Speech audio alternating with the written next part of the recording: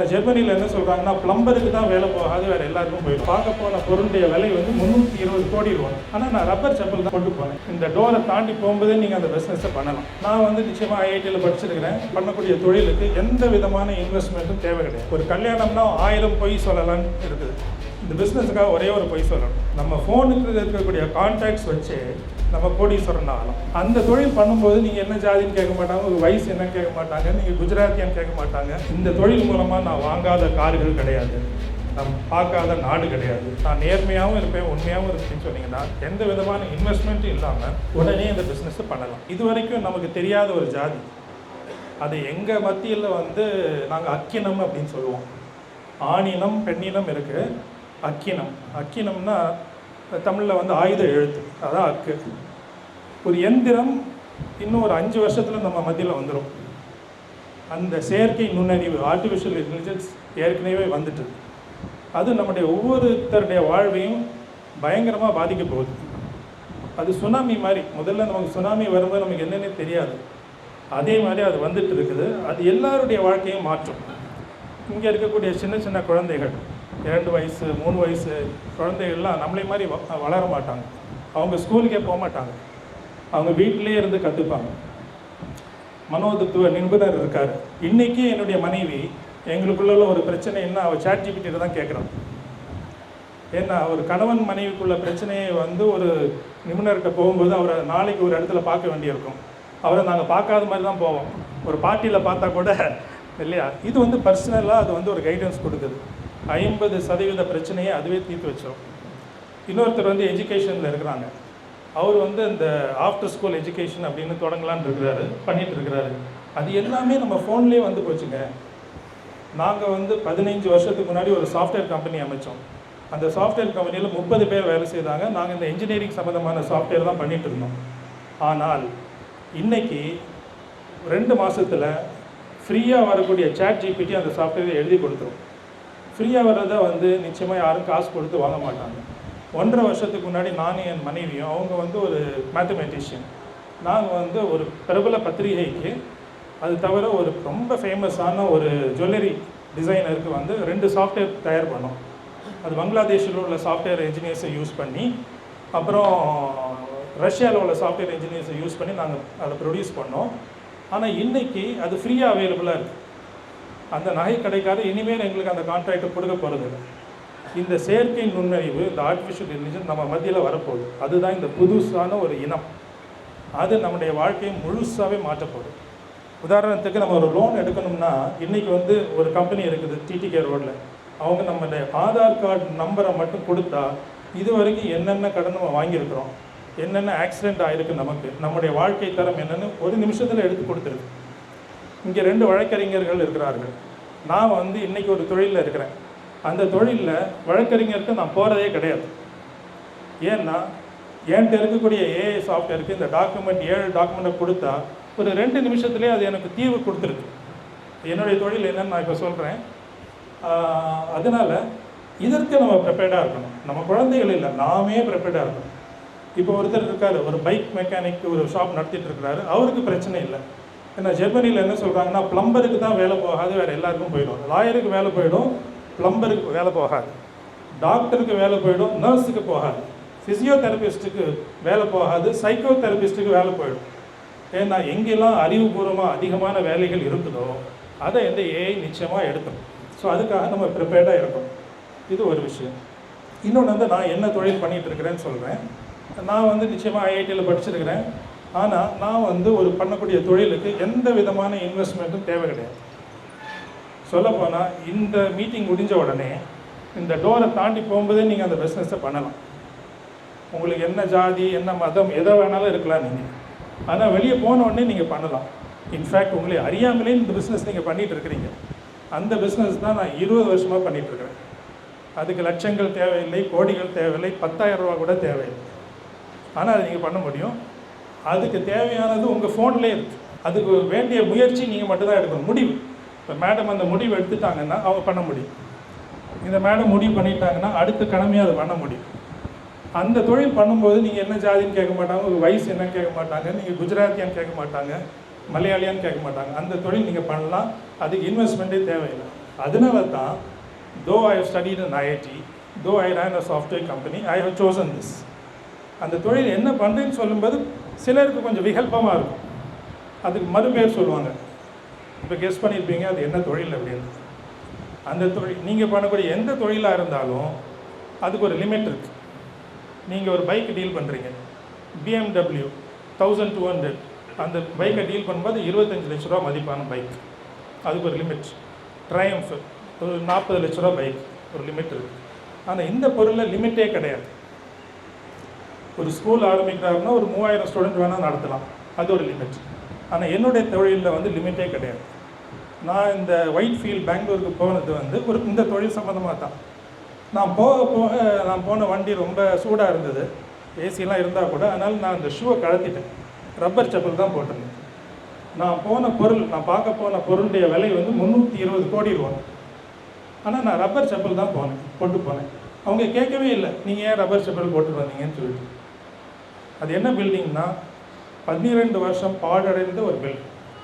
அது ஒயிட் ஃபீல்டுன்னு ஒரு இடத்துக்குள்ளால இருக்குது. 320 கோடி ரூபா சொல்கிறாங்க. அந்த பில்டிங்க்கு வாங்குறதுக்கு ஒருத்தரை நான் அழைச்சிட்டு போகிறேன். So I am going with a lot of hope for that person. They don't care whether I have an IIT degree. They don't care whether I am old or young. Rubber chapel. So இந்த தொழில் மட்டும், இந்த real estate தொழிலில் broker தொழில் மட்டும் எந்த விதம் மூலதனமும் இல்லாமலும் பண்ண முடியும். ஆனால் புரோக்கர் சொன்னாலே சண்டை போடுவாங்க. ஒரு மாதத்துக்கு முன்னாடி நான் ஒருத்தர் சொன்னேன், நீங்கள் புரோக்கர் தானே. அவர் சொன்னார், கொச்சியாக சொல்லாதீங்க, நான் வந்து மீடியேட்டர் அப்படின்னு. சிலர் வந்து கன்சல்டன்ட் சொல்லுவாங்க. ஆனால் வெளிப்படையாக நீங்கள் புரோக்கர்னு சொல்லும்போது உங்களுக்கு நிறைய வாய்ப்புகள் வரும். எந்த தொழிலையுமே ஸ்கில் இருக்குது. இப்போ நான் வந்து 365 நாளில் 300 நாள் வேலை செய்கிறேன்.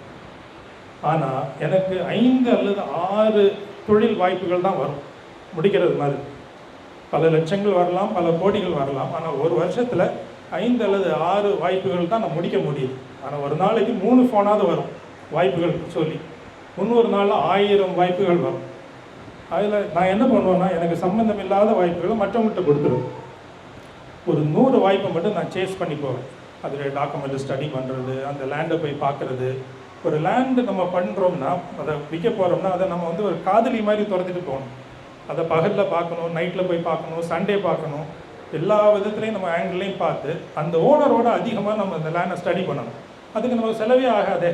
பஸ் பிடிச்சி போகிறோம், பைக்கில் போகிறோம், அவ்வளோதான். இன்றைக்கி தமிழ்நாடு கவர்மெண்ட் வந்து பக்கத்து லேண்ட், அடுத்த லேண்டுடைய சர்வே நம்பரை உங்களுக்கு ஆன்லைனில் காட்டுது. அதுக்கு ஒரு ஆப் இருக்குது. கூகுள் மாதிரியே நீங்கள் அந்த ஆப்பை போட்டுட்டிங்கன்னா அடுத்த சர்வே நம்பர் 207 2A காட்டி கொடுத்துரும். ஃப்ரீயாகவே அதனுடைய ஓனர் நீங்கள் கண்டுபிடிச்சிடலாம். 300 ரூபா கட்டினா அந்த டாக்குமெண்ட் உங்கள் கையில் அடுத்த நாள் வந்துடுது. அந்த அட்ரஸ், அந்த ஃபோன் நம்பர் ஏதோ வந்துடுது. அவரை கான்டாக்ட் பண்ணுறதுல எந்த சிரமமும் இல்லையே. உங்களுடைய கூச்சம் அது மட்டும்தான். ஸோ நீங்கள் அது பண்ணலாம், அதை போய் கண்டுபிடிக்கலாம். ஸோ இந்த தொழிலில் வந்து உங்களுக்கு எந்த விதமான த்ரெஷ்ஹோல்டு கிடையாது, எந்த விதமான பேரியர் கிடையாது. இந்த தொழிலில் நீங்கள் செயற்கை நுண்ணறிவு, ஆர்டிஃபிஷியல் இன்டெலிஜென்ஸை நிறைய பயன்படுத்தலாம். இப்போ நீங்கள் ஒரு ஈசி போடுறீங்கன்னு வச்சுக்கோமே, ஒரு 20 வருஷம் ஈசி போட்டிங்கன்னா ஒரு 40 பேஜ் வரும். அந்த 40 பேஜ் நீங்கள் பார்க்குறதுக்கு எப்படி ஒரு 10 மணிக்கு ஒரு ஆகும். இப்போ என்னுடைய ப்ரோக்ராம்னா ஃப்ரீ ப்ரோக்ராம். அதில் போட்டு இது இங்கிலீஷில் அல்லது தமிழில் காலமாக போட்டு கொடுன்னா அது கிளியராக போட்டு கொடுத்துருது. முருகன் வந்து சுந்தரத்துக்கு விற்றாரு, சுந்தரம் வந்து லக்ஷ்மிக்கு விற்றாங்க, லக்ஷ்மி வந்து ஜானுக்கு விற்கிறாங்க, அதில் 2 சென்ட் கம்மியாக விற்றுருக்குறாங்கன்னு நம்ம பேசலாம். நம்முடைய கான்வர்சேஷனெல்லாம் இங்கிலீஷில் சும்மா பேச முடியுது. அதுகிட்ட அது சொல்லுது. ஒரு 90% சொல்யூஷன் நமக்கு வந்துருக்கு. ஆனால் ஒரு ரியல் எஸ்டேட் ஆளை நீங்கள் சந்திச்சிங்கன்னா அவர்கிட்ட வந்து ஒரு குறிப்பான நீங்கள் ஒரு கேள்வி கேளுங்க. ஒரு ஆரஞ்சு விற்கிறவர்கிட்ட போய் 1 கிலோவில் எத்தனை ஆரஞ்சுன்னா அவர் சொல்லுவார் 8 ஆரஞ்சு இருக்குன்னு. ஆனால் ஒரு ரியல் எஸ்டேட் புரோக்கர்கிட்ட 1 ஏக்கரில் எத்தனை சதுரடி இருக்குன்னு அவங்களுக்கு சொல்ல தெரியாது. நான் சொன்னேன் 300 நாள் உழைச்சாலும் 5 டீல் தான் பண்ண போகிறீங்க. ஆனால் பாக்கி இருக்கக்கூடிய அந்த 295 நாள் உங்களுடைய நாலேஜ் நீங்கள் வளர்த்துட்டே இருக்கணும். நீங்கள் சொல்லலாம், எப்போ நான் வெளியே போகிறேன், நீங்கள் வந்து உடனே நான் புரோக்கர் ஆகலான்னு சொல்கிறீங்க, எப்படி பண்ண முடியும்? இவ்வளவும் ஓகே கேட்டுட்டீங்க, ஆனால் எனக்கு கூச்சமாக இருக்குது, அதெல்லாம் நீங்கள் சொல்லலாம், உண்மைதான். ஆனால் எல்லார்ட்டையும் இல்லாத ஒரு குவாலிட்டி உங்கள்கிட்ட இருக்கும். நீங்கள் முடிவு பண்ணிக்கலாம், இந்த குவாலிட்டியை நான் எடுத்துப்பேன் அப்படின்னு சொல்லிட்டு. புரோக்கர்னாலே என்ன நினைப்போம், நம்ம அதில் ஒரு சீட்டிங் இருக்குன்னு நினைப்போம். புரோக்கர்னாலே அவங்க மறைமுகமாக ஏதோ நமக்கு பண்ணுறாங்க, ஒரு ஒப்பாசிட்டி, ஒரு தடுப்பு இருக்கும், நமக்கு என்ன நடக்குதுன்னே தெரியாது. ஸோ நீங்கள் வந்து உண்மை, நேர்மை, இந்த ரெண்டே இதுக்குள்ளே கொண்டு வந்துட்டிங்கன்னா முதல்ல உங்களுக்கு கொச்சையாக பேசுவாங்க, வேலை தெரியாதவன் பண்ணுறான் அப்படின்னு சொல்லிட்டு. ஆனால் நிச்சயமாக அதில் சக்சீட் பண்ண முடியும். ஏன் இதை வித்தியாசப்படுத்தி சொல்கிறேன்னா, உண்மை வேறு நேர்மை வேறு. உண்மைனா நான் இப்போ சொன்னேன், சாருடைய இடத்துல திங்கட்கிழமை தோறும் ஒரு பிரச்சனை இருக்குது அப்படிங்கிறது. இப்போ மேடம் வாங்க வர்றீங்க, நீங்கள் உங்களுக்கு ரொம்ப பிடிக்குது, நீங்கள் சொல்கிறீங்க ஈசா நம்ம நல்லா இருக்குது, வாஸ்து நல்லா இருக்குது, வாங்க போகிறேன்னு. நான் உங்கள்கிட்ட அந்த உண்மையை சொல்லணும், திங்கட்கிழமை தோறும் ஏதோ ஒரு பிரச்சனை இருக்குது. நீங்கள் என்ன நினைப்பீங்க, ராஜேஷ் நல்லவர், அவருக்கு அந்த செல்லிங் ப்ரெஷர் இருந்தாலும் அவர் இதை சொல்கிறாரு அப்படின்னு சொல்லிட்டு. ஸோ அதுதான் உண்மை, உண்மை தன்மையே சொல்கிறது. நேர்மைன்னா எல்லாருமே இன்றைக்கி ஒரு புரோக்கர் எனக்கு ஃபோன் பண்ணுறாரு, என்னன்னு சொன்னார்னா, அண்ணன் ஒரு 10% மார்ஜின் வச்சுக்கலான்னு சொல்லிட்டு. அவருக்கு அந்த விஷயமே தெரியாத அந்த மார்ஜின்ங்கிறது வந்துடுது. இப்போ என்னுடைய அந்த நண்பர் சொல்கிறாரு, அதை நான் 90 லட்சத்துக்கு விற்கணும்னு. நான் சொல்கிறேன் 95க்கு விற்கிறேன், எனக்கு ஒரு 2 லட்ச ரூபா கொடுங்கன்னு சொல்லி கேட்டு வாங்குறது வேறு. ஆனால் ஏமாற்றுதல் வந்து ரியல் எஸ்டேட்டில் இருக்குது. ஸோ இந்த விஷயத்தை நீங்கள் புரிஞ்சுக்கிட்டு, நான் நேர்மையாகவும் இருப்பேன், உண்மையாகவும் இருப்பேன்னு சொன்னீங்கன்னா எந்த விதமான இன்வெஸ்ட்மெண்ட்டும் இல்லாமல் உடனே இந்த பிஸ்னஸை பண்ணலாம். இப்போ எப்போவுமே ஒரு ட்ரைனிங் பண்ணும்போது ஒரு எக்ஸாம்பிள் கொடுப்பாங்க. கார்ப்பரேட் ட்ரைனிங்கில் வந்து உடனே பண்ணுற மாதிரி ஒன்று சொல்லுவாங்க, அப்போ தான் உங்களுக்கு நம்பிக்கை வரும்.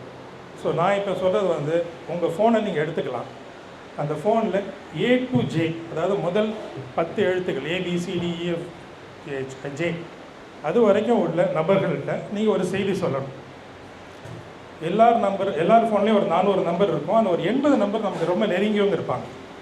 ஒரு 80 வந்து நம்மளுடைய உறவினர் அல்லது நண்பர்களாக இருப்பாங்க.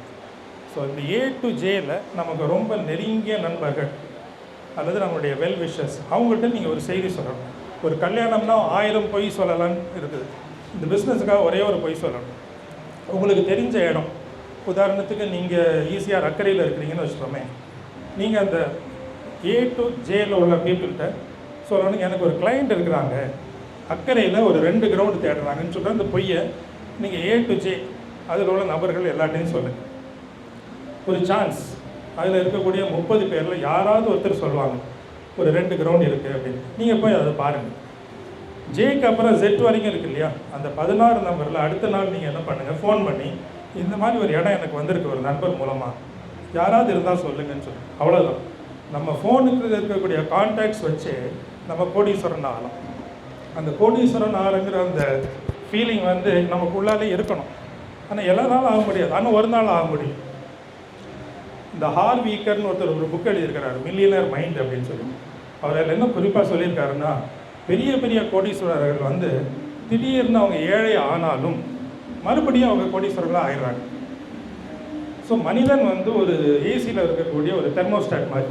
இந்த ஏசி வந்து 24 டிகிரியில் செட் ஆனால் அது 25 டிகிரி ஆகும்போது திருப்பி 24 டிகிரி ஆகிடும். 21 செட் ஆனால் 21 இருக்கும். ஸோ மனசுக்குள்ளே ஆழ் மனசுக்குள்ளே நமக்குன்னு ஒரு தகுதி நம்மளே உருவாக்கியிருக்கோம். இதுக்கு மேலே என்னால் ஏர்ன் பண்ண முடியாது, இதுக்கு மேலே என்னால் கெப்பாசிட்டி கிடையாது அப்படின்னு சொல்லிட்டு அந்த உள் மனசில் இருக்கிறத நம்ம முதல்ல மாற்றணும். பணத்துக்கு நான் தகுதியானவன் அப்படின்னு சொல்லணும். அதை டெய்லி சொல்லிகிட்டு இருக்கணும். நீங்கள் மிரரில் பார்த்து சொன்னாலும் சரி, நீங்கள் எழுதி சொன்னாலும் சரி, நீங்கள் அதை டெய்லி மந்திரம் மாதிரி சொல்லணும், உங்களுக்கு அந்த தகுதி இருக்குதுன்னு சொல்லிடுச்சு. 9 வயசில் என்னுடைய தந்தையை இழந்துட்டேன். எங்கள் அம்மா 2 ப்ளவுஸ் தான் போடுவாங்க, அதுவும் கருப்பு தான் போடுவாங்க. அது கீழே கை கீழே தச்சு போட்டுகிட்டே இருப்பாங்க. அடிக்கிற கம்பை நான் தான் தயாரிச்சுட்டே வரணும். ஆனால் என்னுடைய ஆள் மனசில் எனக்கு ரொம்ப ஆணி போனது வந்து, நான் வந்து செல்வந்தர்கள் மத்தியிலே பழகணும், அவர்கள் செல்வம் எங்கெல்லாம் இருக்கோ அங்கெல்லாம் நான் இருப்பேன் அப்படின்னு சொல்லிட்டு. இந்த தொழில் மூலமாக நான் வாங்காத கார்கள் கிடையாது, நான் பார்க்காத நாடு கிடையாது. எல்லா நாட்டிலையும் வேற்றுமை இருக்கும், எல்லா நாட்டிலையும் ஜாதி இருக்குது. என்னுடைய மகளை இன்றைக்கி லண்டனில் இருக்கிறா. லண்டனில் அவருடைய இருக்கக்கூடிய அப்பார்ட்மெண்ட்டு வாங்குறது ரொம்ப கஷ்டம். அந்த அட்ரஸ் வச்சு அவங்க முடிவு பண்ணுறாங்க அவங்களுடைய கிளாஸ் என்னன்னு சொல்லிட்டு. நான் ஆஃப்ரிக்காவில் வளர்ந்துருக்கிறேன், ஆஃப்ரிக்காலேயும் காஸ்ட்டு கிளாஸ் எல்லாம் இருக்குது, இங்கேயும் இருக்குது. அதை நம்ம ஒரு எக்ஸ்கியூஸாக யூஸ் பண்ணவே முடியாது. நமக்கு உள்ளால் ஒரு மந்திரம் இருக்கணும். அது வந்து everyday we should say we deserve to be wealthy, we deserve to be really wealthy. அதை நீங்கள் எடுத்துகிட்டு, உதாரணத்துக்கு நான் சொன்ன தொழில் நீங்கள் பண்ணுறதா இருந்தால் அதுக்கு ஒரு ட்ரைனிங் இலவசமாக நான் பண்ணணும் அப்படின்னா அண்ணன் அரேஞ்ச் பண்ணாருன்னா நான் இங்கே வரேன். அதில் யாருக்கு இன்ட்ரெஸ்ட் இருக்கோ ஒரு 2 நாள் போதும். ஸோ எனக்கு இலவசமாக ஒரு விளம்பரம் கொடுத்துருக்கிறாரு. உங்கள் மூலமாக என்னுடைய தொழில் வளரணும்னு நான் நம்பிக்கிறேன். ஏன்னா உங்கள் மூலமாக நான் பணம் பண்ணணும் அப்படின்னா நீங்கள் பணம் பண்ணுவீங்க இல்லைங்களா?